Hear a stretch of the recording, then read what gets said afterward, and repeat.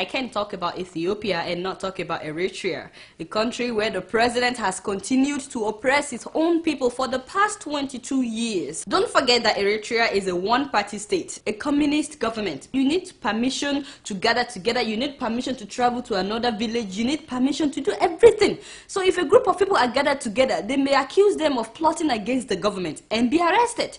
And forget about freedom of press in Eritrea, because Eritrea has the least freedom of press in the whole world. For 5 consecutive years now, they've ranked the lowest. In fact, they rank lower than North Korea. And one of the things that this government requires of its people in Eritrea is a mandatory military service from the age of about 18 till God knows when. Some people have served in the military for 15 years. Everybody has to serve in the military. Even priests, religious leaders, they are forced to serve in the military. The government keeps telling them that there's an imminent war ahead, so the country is preparing for war. They're afraid that there could be war with Ethiopia because, you know, they fought with Ethiopia before. And women serving in military are forbidden from getting pregnant. On the other hand, though, army officers, male officers, have the right to have sex with these female soldiers at will. In fact, this is not considered rape, yet they are not supposed to get pregnant. You see what I'm saying? Now, one guy that escaped the military after serving for like 12 years said that he was jailed 3 times while he was in the military.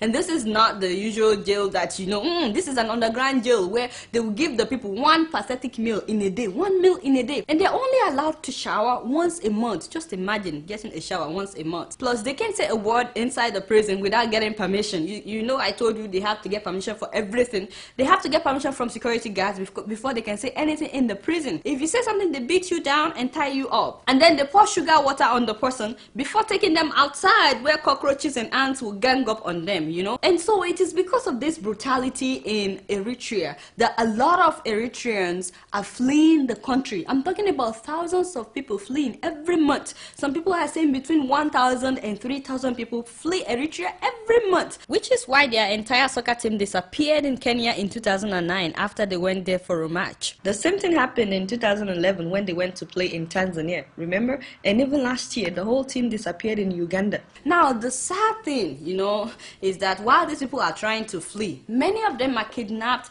in the Sinai desert by the Bedouins. These people know that the Eritreans are trying to flee the oppressive regime in their country, so they capture them on the way, demanding huge ransom from their family members. Sometimes they ask for like $30,000 to $50,000 per head. Just imagine, I'm talking about American dollars. You know, sometimes it takes months, even more than a year, for some families to raise this money because they didn't have it. But you know, you want to save your children, and you want to save your father or anybody that was kidnapped. Meanwhile, they torture these people for as long as they keep them. For months, so they beat them, they burn them, they put hot stuff on their body. You see what I'm saying? Just to torture them. They rape them, they shock them inside water, electric shock. Of course, thousands of them have died in the process, and many of them whose families somehow managed to pay the large ransom demanded, many of them, even though after the families paid, they often feel that they cannot go back home because they realize that their family has become financially ruined trying to save them. And those whose families cannot raise this money, they are usually tortured to death, yes.